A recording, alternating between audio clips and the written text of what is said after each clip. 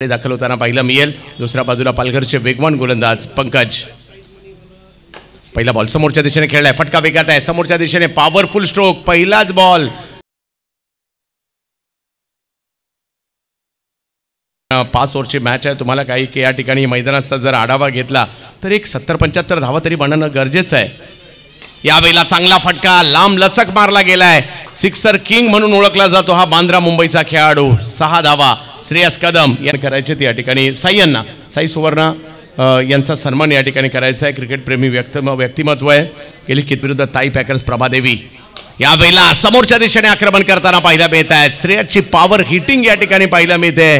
हाही बॉल सीमा रेषेच्या पारजून खेळताना पाहायला मिळतो। बांद्र्याचा हा सिक्सर किंग, आणि सिक्सर किंग आहे तर 6 नाही मारणार तर काय मारणार। धावसंख्या 30 वर गेली आहे।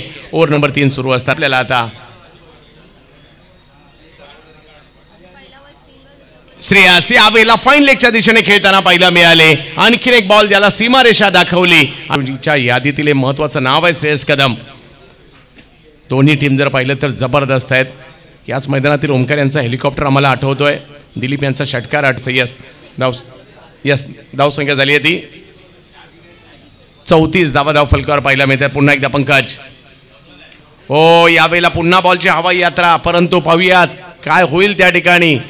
प्रयत्न मात्र त्या ठिकाणी केले जात आहेत खरे, परंतु बॉल सीमारेषेच्या अजूनही जर पाहिलं तर या ठिकाणी 2 ओव्हर बाकी आहेत, 12 बॉल बाकी आहेत। तर या ठिकाणी येताना पाहायला मिळतील ज्यांनी आपलं आयुष्य क्रिकेटला दिले ते या ठिकाणी येत आहेत। यावेळेला पायावर करण्याचा प्रयत्न राहिला, आणि हा घ्या श्रेयस कदमचा षटकाराचा ब्रँड। 9 बॉलमध्ये 32 धावांवर बॅटिंग करताय श्रेयस कदम। कोल्हापूरची स्पर्धा मालिकावीराचा पुरस्कार 46 धावा संघाच्या होताना पाहायला मिळालेल्या आहेत। त्याचबरोबर जर पाहिलं तर